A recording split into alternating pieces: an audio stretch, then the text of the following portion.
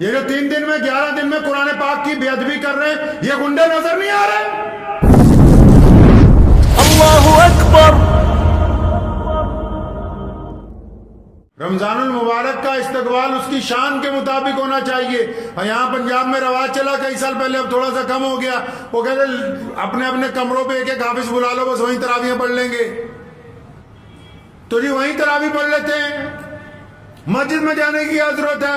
یہ مسجد جو ہے نا، کوئی بھی مسجد دنیا کی، آپ کو نہیں پتا یہ ہے تو اینٹ پتھر، لیکن حدیث پاک میں آتا ہے کہ یہ اپنے نمازیوں کے لیے دعا کرتی ہے، اور پھر اس کو غصہ بھی آتا ہے، جو اس کو ویران کرتے ہیں ان کے لیے بد دعا بھی کرتی۔ پڑھ لیجئے بخاری شریف کی حدیث، دعا بھی کرتی ہے بد دعا بھی کرتی ہے۔ اس لیے اپنی مسجد کو آباد کر لیں، اور وہ لوگ بھی سنیں جن کو شوق ہے 3 دن میں قرآن سن لینا ہے، 11 دن میں سن لینا ہے۔ قرآن پاک کی جو نعوذ باللہ لائیو بے ادبی شروع کی ہے اب ان مسلمانوں نے،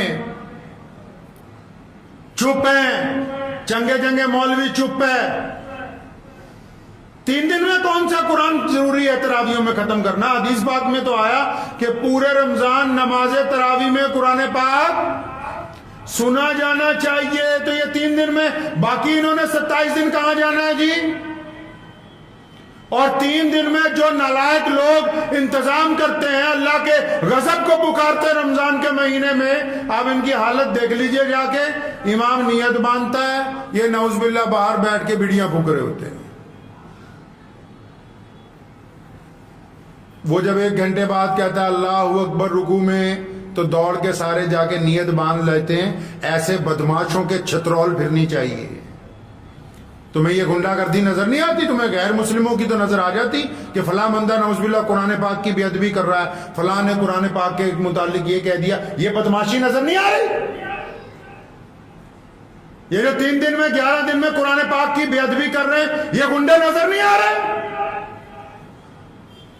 ساری کی ساری مسجد باہر سڑک پر پھر رہی ہے، 3 صفحے کھڑی ہیں، امام سنا رہا ہے 3 دن میں قرآن ختم ہونا ہے جی، حافظ ریل آئے ہوئے ہیں جی، اللہ اکبر۔ پوچھا نہیں کبھی حضور اکرم صلی اللہ علیہ وسلم سے بھی یہ جو تماش بینی ہو رہی ہے اسلام میں، یہ اس لیے بنائی ہے مسجد؟ ہمارے یہاں بھی شہر میں ایک ہے، انہوں نے شروع کیا جی 3 دن میں قرآن پڑھنا۔ بھائی جانا کہاں ہے باقی کے 27 دن؟ کیا باقی کے 27 دن تراویحیں معاف ہو گئی ہیں؟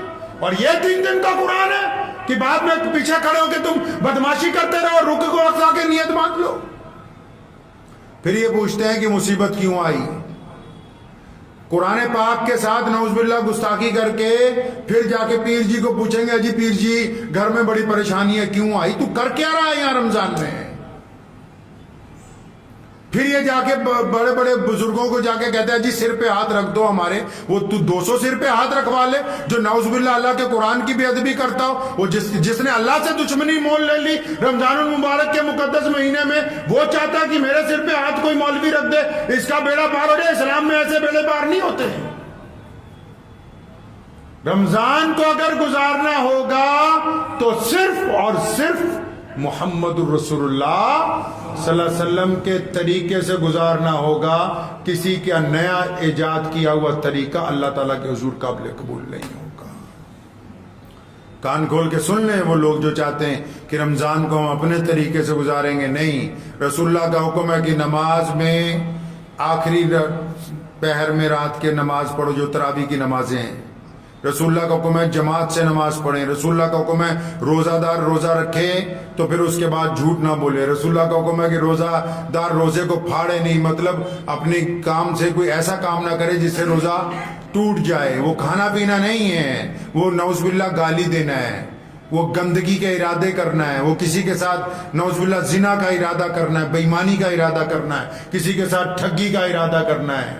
تو رمضان کس کے طریقے سے گزارنا ہے بھائی؟ پیارے نبی محمد رسول اللہ صلی اللہ علیہ وسلم کے طریقے سے۔ دعا کیجئے کہ اللہ تعالیٰ ان باتوں پہ مجھے بھی اور آپ سب کو عمل کرنے کی توفیق عطا فرمائے۔ مجھے امید ہے کہ آپ کو یہ ویڈیو پسند آئی ہوگی۔ اگر پسند آئی ہو تو یہ آپ اپنے دوستوں کے ساتھ شیئر کریں اور اس چینل کو سبسکرائب ضرور کریں۔